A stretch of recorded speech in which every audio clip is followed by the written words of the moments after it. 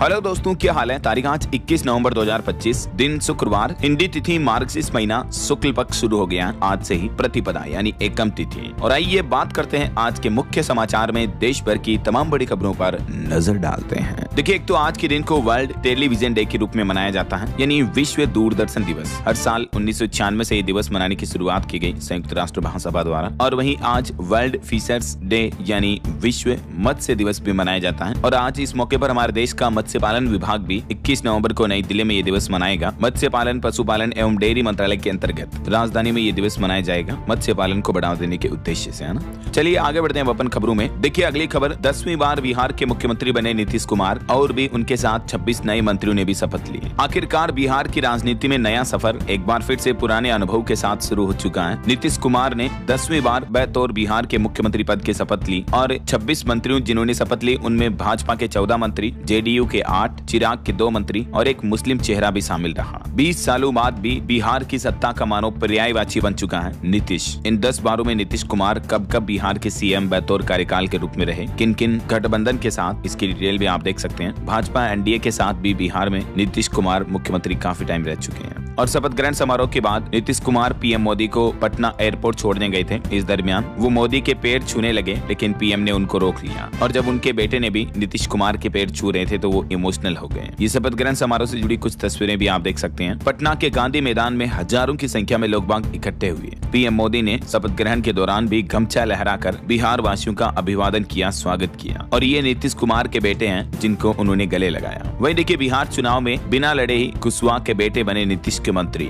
इस बार बिहार कैबिनेट को 10 नए चेहरे मिले मंत्री पद के रूप में, जिसमें एक मुस्लिम शख्स भी शामिल हुआ और बाहुबली रीत लाल को हराने वाले राम कृपाल को भी मौका मिला। 26 मंत्रियों में से 3 महिलाएं भी हैं और बीजेपी कोटे से भी बिहार में ये 14 मंत्री बनाए गए हैं। चलिए आगे बढ़ते हैं अपन खबरों में। देखिए आप अगली खबर, अब ऑनलाइन शॉपिंग प्लेटफॉर्म आपसे या किसी भी कस्टमर से नहीं वसूलेंगे किसी भी तरीके का हिडन चार्जेस, क्योंकि आखिरकार सरकार के नियम के बाद फ्लिपकार्ट, मिंत्रा, जोमेटो, स्विगी समेत 26 online platform dark pattern free हो चुके हैं। और ये कंपनियां इंटरनल या थर्ड पार्टी ऑडिट के बाद सेंट्रल कंज्यूमर प्रोटेक्शन अथॉरिटी यानी सीसीपीए को सेल्फ डिक्लेरेशन लेटर भी सौंप चुकी हैं। बाकी आए दिन आपको पता होगा, जब हम ऑनलाइन शॉपिंग करते हैं तो जो चेकआउट पेज होता है उसके ऊपर हर कुछ ही प्राइस टैग एक्स्ट्रा ऐड कर दिए जाते हैं कंपनियों की तरफ से, जैसे donate for childrens education fund. और वो चेकआउट के दौरान छोटा सा अमाउंट ऑलरेडी सेलेक्टेड होता है, राइट। तो सरकार का कहना है कि अब अगर आपको ऑनलाइन किसी भी तरीके की शॉपिंग प्लेटफॉर्म पर इस तरह के हिडन चार्जेस नजर आए तो तुरंत आप शिकायत दर्ज कराएं 1915 इस नंबरों पर। फिलहाल तो 26 प्रमुख ई कॉमर्स प्लेटफॉर्म ने डार्क पैटर्न को खत्म करने के लिए ये अनुपालन की घोषणा की है ना। चलिए अगला अपडेट देखिए,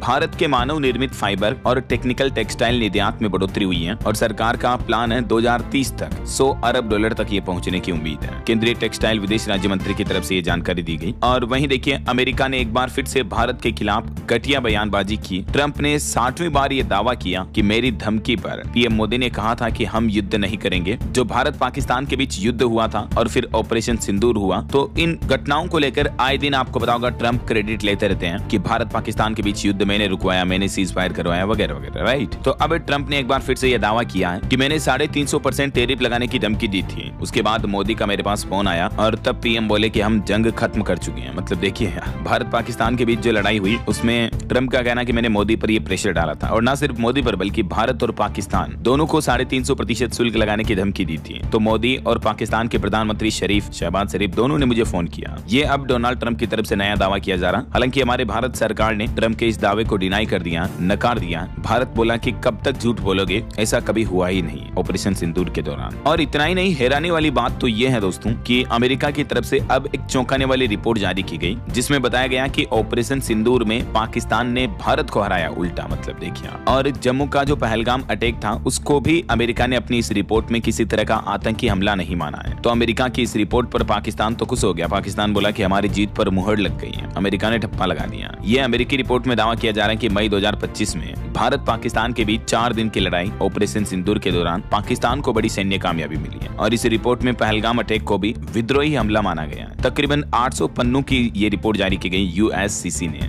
तो इस रिपोर्ट के बाद काफी कंट्रोवर्सी देखने को मिल रही है। कांग्रेस बोली कि क्या पीएम मोदी इस रिपोर्ट का विरोध जताएंगे। इस रिपोर्ट में तो ये भी दावा किया जा रहा है कि राफेल की इमेज को भी नुकसान पहुंचा और पाकिस्तान को चीन से खुफिया इंटेलिजेंस भी मिले। अमेरिका द्वारा चीन पर नजर रखने के लिए ये यूएससीसी ऑर्गेनाइजेशन बनाया गया था और इसी की तरफ से ये रिपोर्ट जारी की गई है ना। हालांकि भारत सरकार की तरफ से अभी तक इस रिपोर्ट पर किसी भी तरह का कोई तर्क बयानबाजी नहीं आ रही है। इधर फिलहाल कांग्रेस का भी कहना है कि भारत को अमेरिकी रिपोर्ट स्वीकार्य नहीं है। इस अमेरिकी रिपोर्ट में चीन और पाकिस्तान की झूठी तारीफ की गई है और जिस अमेरिकी रिपोर्ट पर पाकिस्तान उछल रहा था, चाइना ने खुद उस रिपोर्ट को बकवास बताया और कहा कि यही तो भारत की लाइन है। तो ये कुछ भारत अमेरिका के बीच जो कंट्रोवर्सी वाला माहौल चल ही रहा दोस्तों, इस बीच एक बड़ी डील साझेदारी भी हुई है। देखिए, भारत के पास भी आया तो पिघल जाएंगे पाकिस्तान के टैंक, अमेरिका देने जा रहा ऐसा ब्रह्मास्त्र है। बात कुछ यूं है कि अमेरिका ने भारत के साथ एक डिफेंस मिलिट्री डील की है। इस वजह से पाकिस्तान समेत भारत के दुश्मन देशों की नींदें उड़ जाएगी और इस डील के तहत अमेरिका भारत को 100 टैंक किलर मिसाइल देगा। ये मिसाइल टारगेट की गर्मी पहचान कर हमला करती हैं। कुल 775 करोड़ की ये बड़ी डील हुई है भारत अमेरिका के बीच, है ना। देखते हैं आगे भारत सरकार और विदेश मंत्रालय की तरफ से इस अमेरिकी रिपोर्ट को लेकर क्या कुछ बयान अपडेट सामने आते हैं। जो भी खबरें आएंगी मैं आपको बताता रहूंगा। फिलहाल देखिए आप अगली खबर। देश की वित्त मंत्री निर्मला सीतारमण ने पर्यटन और हॉस्पिटैलिटी इंडस्ट्री के साथ ये 9वीं प्री बजट बैठक की। आगामी बजट 2026-27 की तैयारियां जोरों शोरों से चल रही हैं। यूनियन बजट 26-27 को लेकर पर्यटन क्षेत्र से जुड़े संगठनों ने एक अलग से बोर्ड बनाने की भी मांग की वित्त मंत्री के साथ इस बैठक में, है ना। और बड़ी खबर आ रही, पंजाब राज्य में किसानों ने एक बार फिर से चेतावनी जारी की। कहा कि हम इस दिन करेंगे रेलवे ट्रैक जाम। एक बार फिर से पंजाब में किसानों ने बड़ा ऐलान किया। किसान संगठनों का कहना है कि अगले महीने 17 और 18 दिसंबर को वे डीसी ऑफिस के बाहर धरना देंगे और अगर किसानों की चेतावनी है कि उनकी मांगों पर सुनवाई नहीं हुई तो फिर 19 दिसंबर को पूरे इलाके में रेलवे ट्रैक में जाम कर बड़ा रोष विरोध प्रदर्शन करेंगे। किसानों की ये कुछ प्रमुख मांगे हैं। और वहीं देखिए दोस्तों, खेतीबाड़ी से जुड़ी एक चौंकाने वाली वैज्ञानिक रिपोर्ट भी सामने आ रही है कि जो किसान भाई लोग अपनी खेतों में कीटनाशक दवाइयां वगैरह छिड़कते हैं ना, तो इन कीटनाशकों की वजह से किसानों में डिप्रेशन और याददाश्त की कमजोरी बन रही है, याददाश्त की बीमारी बढ़ रही है। और इसके साथ ही अब ICMR ने इसको लेकर एक राष्ट्रीय कार्यक्रम आयोजित करने की मांग भी की है। ICMR यानी Indian council of medical research के वैज्ञानिकों ने पश्चिम बंगाल में कृषि प्रधान क्षेत्रों में एक सर्वे अध्ययन किया और उसमें इस बात का पता चला है कि कीटनाशकों, जीवाणुओं के दवाइयों के संपर्क में आने से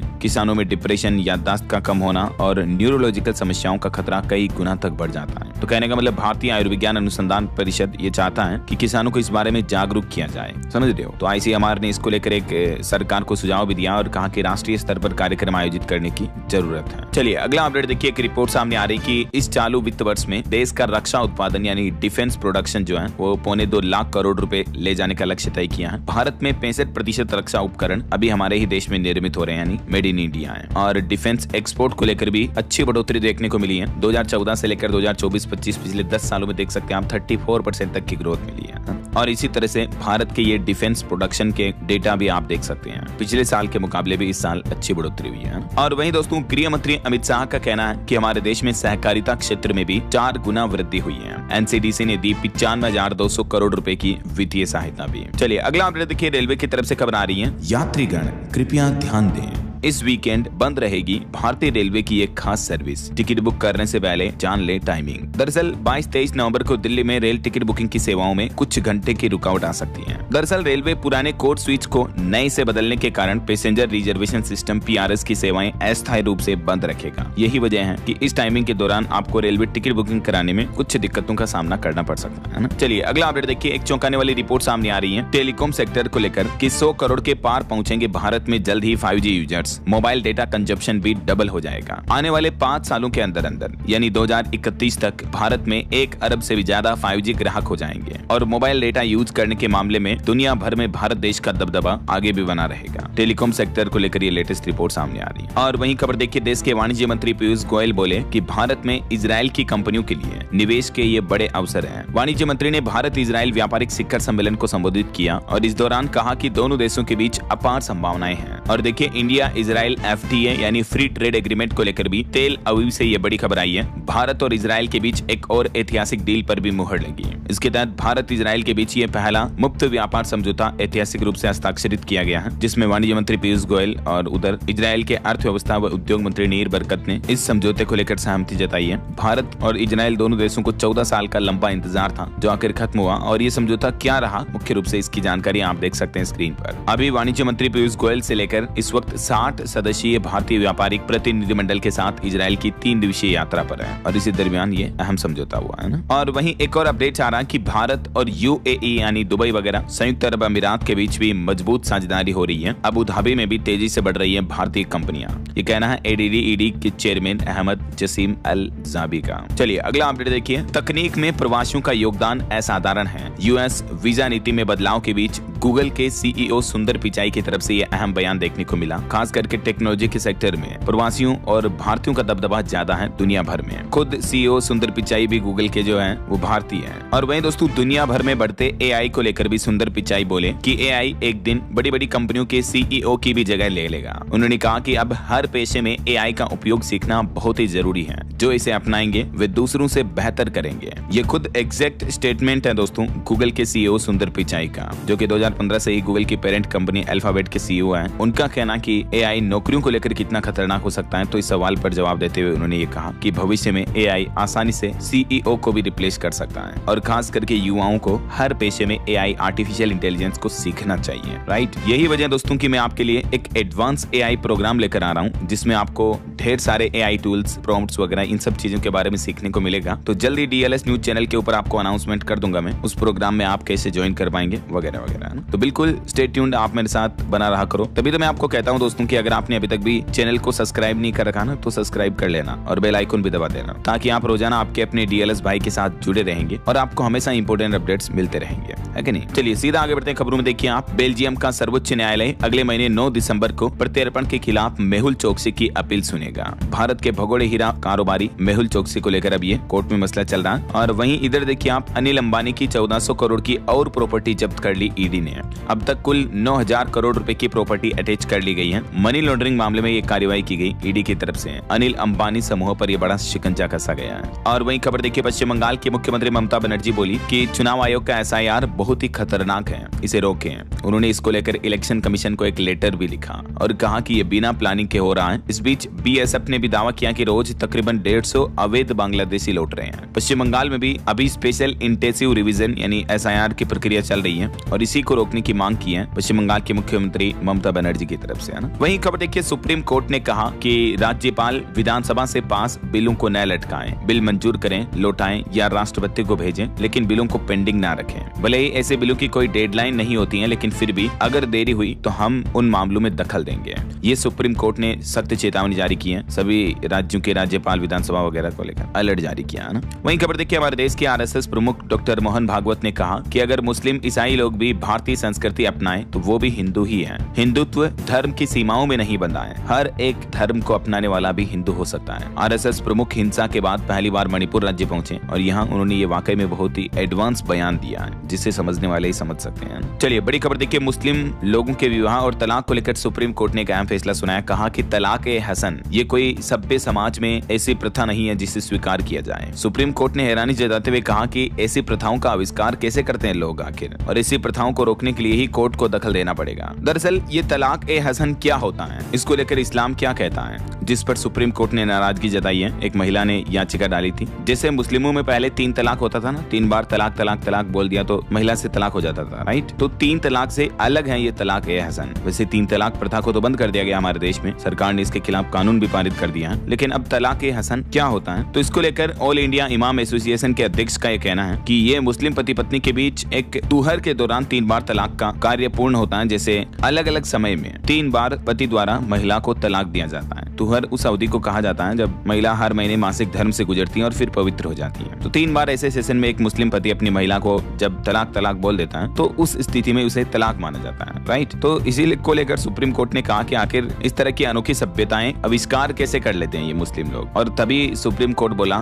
कि ऐसी प्रथाओं में कोर्ट को दखल देना पड़ेगा। और सुप्रीम कोर्ट ने यह भी कहा कि कोई भी पति अपने वकील या किसी अन्य को अपनी ओर से पत्नी को तलाक नोटिस देने का हक नहीं दे सकता है। हमें ऐसी परंपराओं से महिलाओं की गरिमा मां को नुकसान पहुंचाने की इजाजत नहीं देंगे। ये भी तलाक हसन पर सुप्रीम कोर्ट ने अहम टिप्पणी की है। तो इस मामले पर भी अभी सुनवाई चल रही है सुप्रीम कोर्ट में, देखते हैं फाइनल फैसला क्या आता है। और फिलहाल देखिए अगली खबर, कांग्रेस सांसद प्रियंका गांधी के पति रॉबर्ट वाड्रा के खिलाफ मनी लॉन्ड्रिंग केस में चार्जशीट पेश की गई। ईडी ने ब्रिटेन के संजय भंडारी से जुड़े केस में उनको मुख्य आरोपी बनाया। आपको पता होगा इसी साल जुलाई महीने में भी इनसे पूछताछ हुई थी और अब ईडी ने इनके खिलाफ चार्जशीट भी पेश कर ली है। इस मामले पर अदालत अब 6 दिसंबर को विचार करेगी। और खबर देखिए, हरियाणा के कुरुक्षेत्र में इतिहास का महा अनुभव केंद्र बनने जा रहा। 25 नवंबर को पीएम मोदी करेंगे इसका इनॉग्रेशन और इसमें जीवंत होंगे महाभारत के पात्र। गीता संदेश भी सुनाई देगा, जिसे देख सकते हैं आप, द्रौपदी का अग्निकुंड से पैदा होना दिखाया गया है। और भी महाभारत के कई सारी चीजें आपको इसमें 3D में देखने को मिलेगी। तीरों की बौछार, भगवान कृष्ण का अर्जुन को उपदेश, द्रौपदी चीर हरण समेत महाभारत के सभी बड़े इवेंट हरियाणा के कुरुक्षेत्र में आपको एक बार फिर से दिखने को मिलेंगे। प्रधानमंत्री नरेंद्र मोदी 25 नवंबर को इस सेंटर का उद्घाटन करने जा रहे हैं। वहीं पीएम मोदी आज G20 समिट में भाग लेने के लिए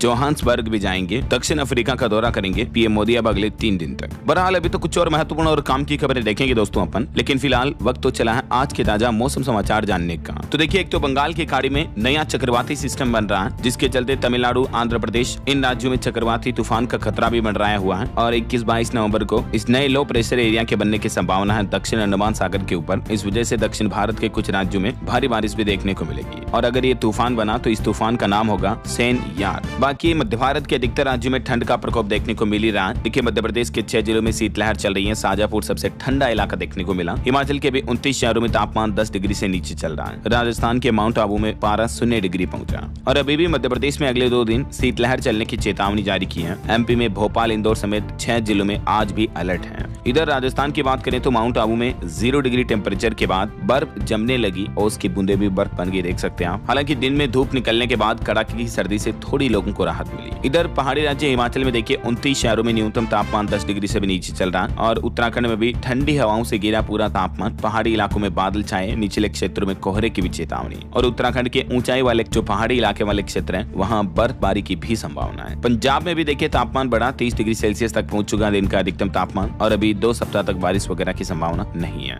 वही देखिए, उत्तराखंड में केदारनाथ यात्रा फिर लौटेगी प्राचीन पैदल मार्ग पर। तकरीबन 5.5 किलोमीटर का ट्रैक का कार्य अंतिम चरण में चल रहा है। और अगले साल 2026 से पुराने रास्ते से आप केदारनाथ धाम की यात्रा को वापस कर पाएंगे, है ना। और झारखंड राज्य में अगले 5 दिन मौसम में बदलाव की संभावना है। हल्का कोहरा छाया रहेगा, आंशिक बादल भी देखने को मिलेंगे। कुछ जगहों पर बारिश वगैरह की भी चेतावनी है। 2 डिग्री तक गिरेगा पारा। बाकी और भी अगले 24 घंटों के दौरान मौसम की संभावित गतिविधियां क्या रह सकती हैं, जिसकी जानकारी आप देख सकते हैं। दक्षिण भारत के कुछ राज्यों में बारिश वगैरह की गतिविधियां देखने को मिलेगी, है ना। ओके, और चलिए मौसम के बाद आगे बढ़ते हैं खबरों में। कुछ मार्केट अपडेट्स पर नजर डालते हैं। देखिए आप, स्टॉक मार्केट में सेंसेक्स 446 अंक चढ़कर 85,633 पर बंद हुआ। निफ्टी में भी 140 अंक की बढ़त देखने को मिली है। वहीं रिपोर्ट सामने आ रही कि अडानी एंटरप्राइजेज का शेयर 20% तक चढ़ सकता है, क्योंकि जेपी को खरीदने के प्लान को भी मंजूरी मिली। बड़े बड़े प्रोजेक्ट बनाने वाली कंपनी पूरी दिवालिया हो चुकी है जेपी। और देखिए, उत्तर प्रदेश में अडानी को बड़ा झटका लगा। बिजली नहीं खरीदेगी अडानी से अब यूपी सरकार। लोगों से प्रति यूनिट 75 पैसे तक ज्यादा वसूले अडानी कंपनी ने। और जीएसटी की दर भी कम नहीं की। यही वजह है कि उत्तर प्रदेश विद्युत नियामक आयोग ने अडानी पावर से 1500 मेगावाट बिजली खरीद के प्रस्ताव पर तत्काल रोक लगा दी है। और खबर आ रही, पूरी तरह विदेशी हो जाएगी फॉर्च्यून बनाने वाली कंपनी। अडानी ग्रुप बेचेगा इसकी आखिरी 7% हिस्सेदारी भी है। अडानी ग्रुप ने AWL एग्री बिजनेस लिमिटेड में अपनी हिस्सेदारी को बिल्कुल एग्जिट करने का प्लान कर लिया। तो ये कुछ मार्केट अपडेट्स चल रहे हैं। और चलिए आगे बढ़ते हैं दोस्तों अब अपन खबरों में। देखिए, खबर आ रही, उत्तराखंड में बड़े स्तर पर सी बकथॉर्न का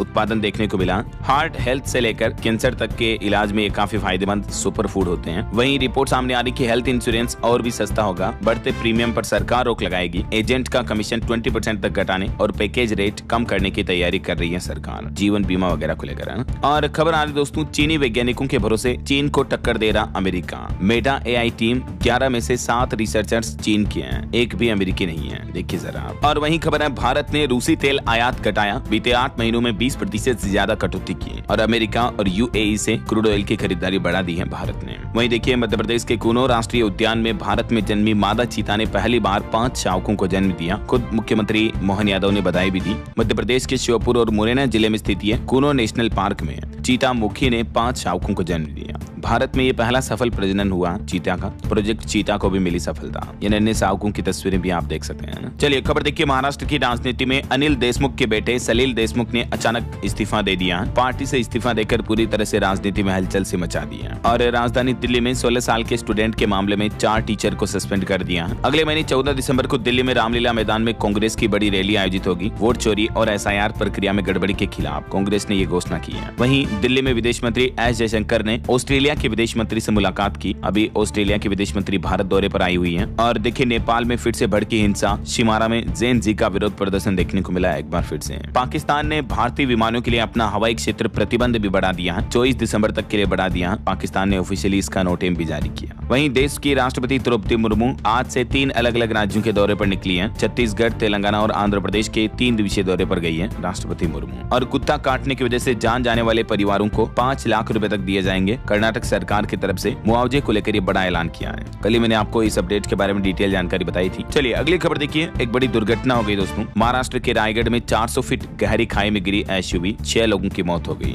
वहीं खबर आ रही, किसानों के लिए जरूरी सूचना, एक गलती की तो नहीं मिलेगा किसान सम्मान निधि योजना का लाभ। फार्मर रजिस्ट्री के बाद अब एक और शर्त लगा दी है सरकार ने। पराली जलाने के प्रदूषण में अगर बढ़ावा दिया किसानों ने तो PM किसान सम्मान निधि योजना का लाभ नहीं दिया जाएगा। पंजाब, हरियाणा वगैरह यहाँ ये ऑर्डर जारी हुए हैं ना, यूपी में भी। और खबर देखिए, 9 दिसंबर को SIR ड्राफ्ट होगा पब्लिश। नाम न होने पर जारी किया जाएगा नोटिस। उत्तर प्रदेश में चुनाव आयोग की तरफ से ये बड़ा फैसला लिया गया। वहीं खबर है, भारत की ऊर्जा क्रांति में बड़ी उपलब्धि देखने को मिली। दुनिया में चौथा सबसे बड़ा रिन्यूएबल उत्पादक देश घोषित हो चुका हमारा देश भारत। रिन्यूएबल एनर्जी उत्पादन करने के मामले में, मतलब जैसे सोलर एनर्जी, विंड एनर्जी वगैरह, ग्रीन एनर्जी, इस तरह के मामले में दुनिया में 4थे स्थान पर चल रहा हमारा देश है ना। और देखिए, पंजाब के बेहतर शिक्षकों का फिनलैंड में प्रशिक्षण करवाया जा रहा। राज्य सरकार ने विश्व प्रसिद्ध शिक्षा प्रणाली पर जोर दिया। असम राज्य सरकार इसी महीने 25 नवंबर को विधानसभा में पेश करेगी बहुविवाह विरोधी विधेयक। और फर्जी ईडी समन पर वित्त मंत्रालय ने चेतावनी दी। कहा कि QR कोड व पासकोड वाली नई प्रणाली से सत्यापन करें, क्योंकि आए दिन लोगों के साथ धोखाधड़ी के मामले देखने को मिल रहे हैं ईडी के फर्जी नोटिस के नाम पर। और देखिए, रूस में भारतीयों को देखकर गदगद हो गए डॉक्टर एस जयशंकर। हाथ जोड़कर भारतवासियों से मिले हो। उनकी ये तस्वीरें भी सामने आ रही है SCO समिट की, देख सकते हैं आप। वहीं वायु प्रदूषण पर एक चौंकाने वाली रिपोर्ट सामने आ रही है दोस्तों की। पोल्यूशन की वजह से राजधानी दिल्ली वासियों का दिमाग भी सिकुड़ रहा है। बच्चों और किशोरों के मेमोरी स्कोर में भी 22% तक की कमी देखने को मिली है।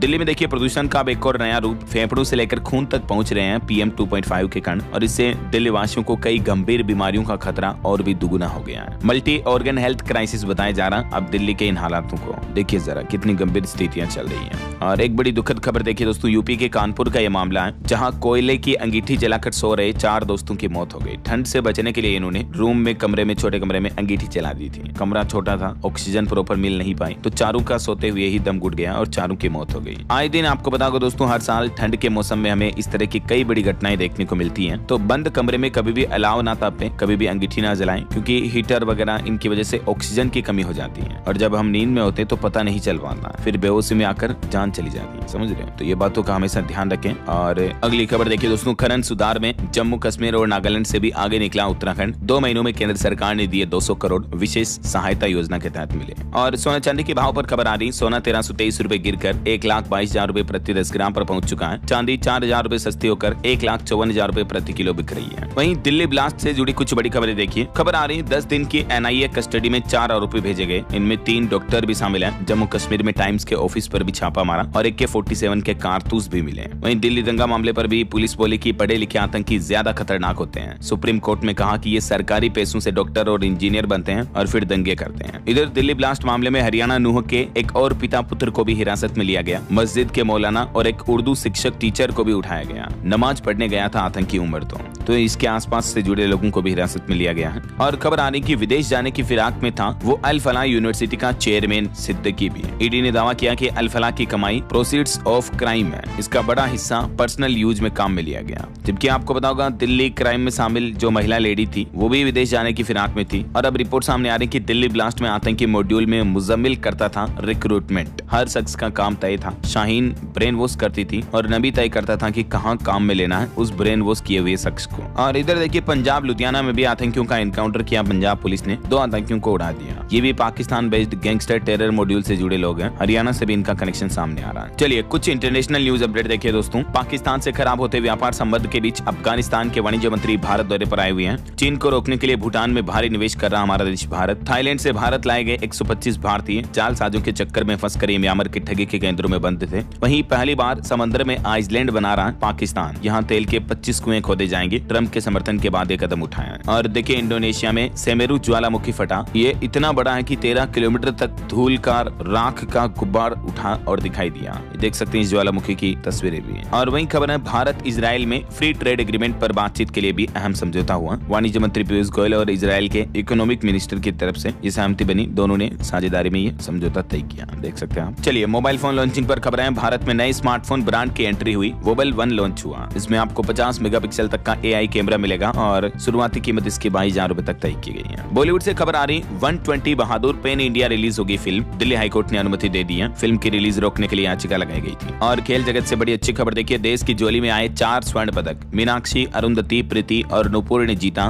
Gold medal world boxing cup final में। देखिए राजस्थान की कोटा की बेटी ने भी वर्ल्ड कप में गोल्ड दिलाकर भारत का नाम रोशन किया। अरुंधति चौधरी ने फाइनल में उज्बेकिस्तान के खिलाड़ी को हराया। ये सेना में हवलदार के पद पर कार्यरत है। Many congrats. और वहीं देखिए बड़ी खबर, बेंगलुरु में ATM कैश वैन से 7 करोड़ रुपए की लूट की गई। और देखिए लुटेरू ने इनको RBI अफसर बनकर रोका और केस लेकर फरार हो गए। मतलब बिल्कुल फिल्मी स्टाइल में ये लूट की बड़ी घटना देखने को मिली है। अभी ड्राइवर और सिक्योरिटी गार्ड भी हिरासत में ले लिए गए हैं। ये तस्वीर आप देख सकते हैं जब बदमाश कार में कैश वैन का पीछा करते दिखे। देखिए जरा बेंगलुरु का ये मामला है। ATM कैश वैन को भी लूट लिया, वो भी सेफ नहीं है, जरा सोचिए आप। चलिए खबर आ रही पंजाब में बारिश और ओलावृष्टि से किसानों की फसलें बर्बाद हुई। मुआवजा न मिलने पर किसानों ने शंभू बॉर्डर पर रेल चक्का जाम का भी अल्टीमेटम दिया है पंजाब सरकार को। 17, 18, 19 दिसंबर तक विरोध प्रदर्शन किए जाएंगे। और खबर है उत्तर प्रदेश में मुख्यमंत्री योगी आदित्यनाथ आने वाले शनिवार को प्रयागराज दौरे पर जाएंगे। माघ मेले की समीक्षा बैठक करेंगे। चलिए आगे बढ़ते खबरों में देखिए कुछ और अपडेट्स। केंद्रीय प्रयोगशालाओं में 63 और राज्य लैब में 148 दवाओं के गुणवत्ता मानक फेल पाए गए। CDSCO की रिपोर्ट में बड़ा खुलासा सामने आ रहा। वहीं भारतीय रिजर्व बैंक RBI के गवर्नर का कहना है कि हम उभरते जोखिमों पर सतर्क हैं। वित्तीय स्थिरता पहले नंबर पर है। और रुपये की गिरावट पर भी बोले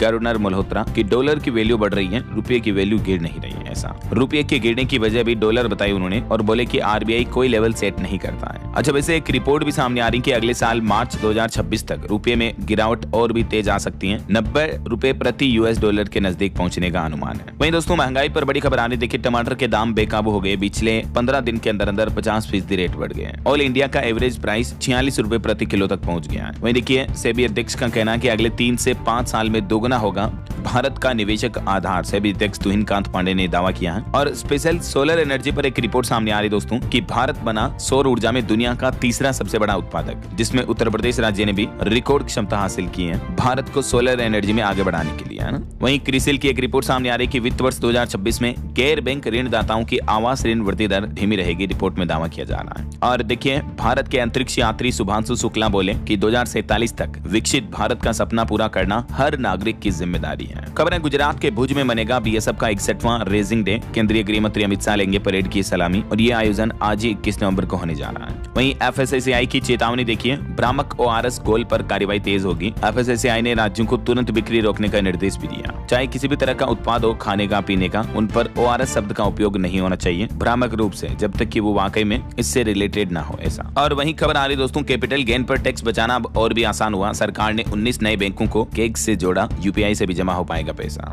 और देखिए सर्दियां आते ही टोयोटा ने शुरू किया नया कैंपेन, ग्राहकों को मिलेगी कई सारी सर्विसेज। और खबर आ रही केंद्र सरकार ने रद्द की भारतीय जहाजों के लिए आवर्जन प्रणाली। बंदरगाहों के बीच आसानी से आवाजाही हो पाएगी। सुप्रीम कोर्ट से राहुल गांधी को राहत मिली। ट्रायल कोर्ट की कार्रवाई पर 4 दिसंबर तक रोक बढ़ाई। और सुप्रीम कोर्ट ने मध्य प्रदेश के न्यायिक अधिकारियों की सेवानिवृत्ति की उम्र भी 60 साल से बढ़ाकर 61 साल कर दी है। वहीं NCPCR की चौंकाने वाली रिपोर्ट देखिए, पिछले महीने देश भर में बचाए गए 2300 से भी ज्यादा बच्चे हैं। 26,000 मामलों का निपटारा किया बच्चों के अपहरण वगैरह को लेकर। ये चौंकाने वाली रिपोर्ट आ रही है। और देखिए लेसेंट की सुपरबग रिपोर्ट पर भी भारत ने बड़ी आपत्ति जताई। NCDC बोला कि 83% आंकड़ा भ्रमित करने वाला है। भारत में किसी भी तरह का संक्रमण नहीं बढ़ा है। जो अभी एक दिन पहले लेसेंट ने भारत के लोगों की दवाइयां, एंटीबायोटिक वगैरह के असर को लेकर जो रिपोर्ट जारी की थी, तो इस पर भारत ने आपत्ति जताई है। देख सकते हैं आप डिटेल भी। वहीं भारत में जलवायु संकट का डर बढ़ता ही जा रहा। 2025 के 99% दिन आपदाओं से प्रभावित रहे। 4 वर्षों में 400% फसलों को नुकसान हुआ है। क्लाइमेट चेंज की वजह से बहुत गंभीर हालात हो रहे हैं। भविष्य में और भी गंभीर स्थितियां हो सकती हैं ऐसा। और देखिए खबर आ रही दोस्तों की दुनिया मांग रही है अब भारत के हथियार। रक्षा उत्पादन में भी रिकॉर्ड हासिल किया किया भारत ने और डिफेंस एक्सपोर्ट में भी बढ़ोतरी हासिल की। मैंने आपको दोनों के डेटा बताए थे। वहीं खबर है संसद के शीतकालीन सत्र से पहले सरकार ने बुलाई सर्वदलीय बैठक। केंद्रीय मंत्री किरण रिजिजू ने सभी दलों के लीडर्स को चिट्ठी लिखी है और इस बार शीतकालीन सत्र जो है अगले महीने 1 से 19 दिसंबर तक चलेगा ना। और खबर देखिए 5 जून 5 महीने और 6 राज्यों के नेता शामिल होंगे पश्चिम बंगाल के विधानसभा चुनाव 2026 को फतह करने के लिए।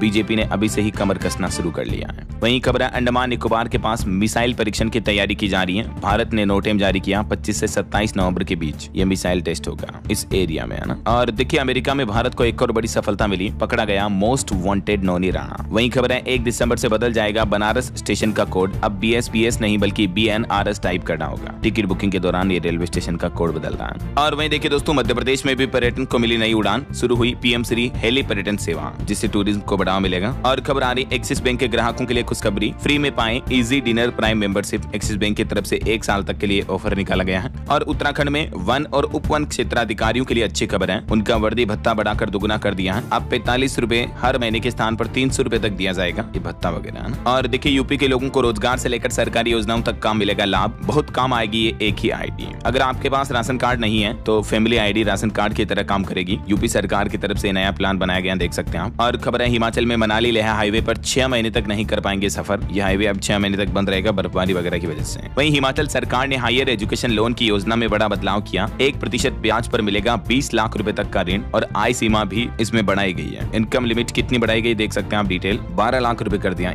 आय सीमा को बढ़ाकर। और हिमाचल में पंचायत सीमा बदलाव रोकने पर भी विवाद पैदा हुआ तो सुक्खू सरकार ने नियमों के विपरीत बताया चुनाव आयोग का नोटिफिकेशन। चलिए कुछ और स्टेट न्यूज अपडेट देखिए फटाफट से। देखिए मध्य प्रदेश के मेडिकल कॉलेजों में मोबाइल पर बन रहे डॉक्टर। 19 में से 7 में फैकल्टी और लैब भी नहीं है। डॉक्टर बोले कि कॉलेज बढ़ा दिए, सुविधाएं नहीं बढ़ी है। इधर राजस्थान में देखिए सरकारी शिक्षक अब करियर काउंसलिंग पढ़कर स्टूडेंट्स को देंगे गाइडेंस। स्कूलों में स्टूडेंट को करियर फील्ड चुनने में भी काउंसलिंग करेंगे। मॉड्यूल का विमोचन भी किया गया। वहीं राजस्थान में राशन डीलर रविवार को भी करेंगे EKYC। आदेश जारी हुआ। मध्य प्रदेश में रिटायर्ड जजों को अब नहीं देना पड़ेगा लाइफ सर्टिफिकेट, सरकार ने वापस लिया आदेश। मध्य प्रदेश के मुख्यमंत्री मोहन यादव आज विदिशा आएंगे। 39 करोड़ के लोकार्पण और भूमि पूजन करेंगे। वहीं यूपी अयोध्या में 24 नवंबर को मठ मंदिरों पर फहरेगा भगवा ध्वज। संतों महंतों की बैठक भी हुई। उत्तर प्रदेश में लखनऊ समेत यूपी में 22 नवंबर से लेखपालों का भी महा आंदोलन शुरू होने जा रहा। ओके, और चलिए कुछ एजुकेशन पर अपडेट देखिए। रेलवे की RRB NTPC भर्ती के लिए आवेदन की आखिरी तारीख बढ़ी। अब 27 नवंबर तक ग्रेजुएट्स अप्लाई कर पाएंगे। वहीं रेलवे में अप्रेंटिस के भी 4116 पदों पर भर्ती निकली हुई है। इसकी लास्ट डेट रहेगी 24 दिसंबर और इसमें 25 नवंबर से आवेदन शुरू होंगे।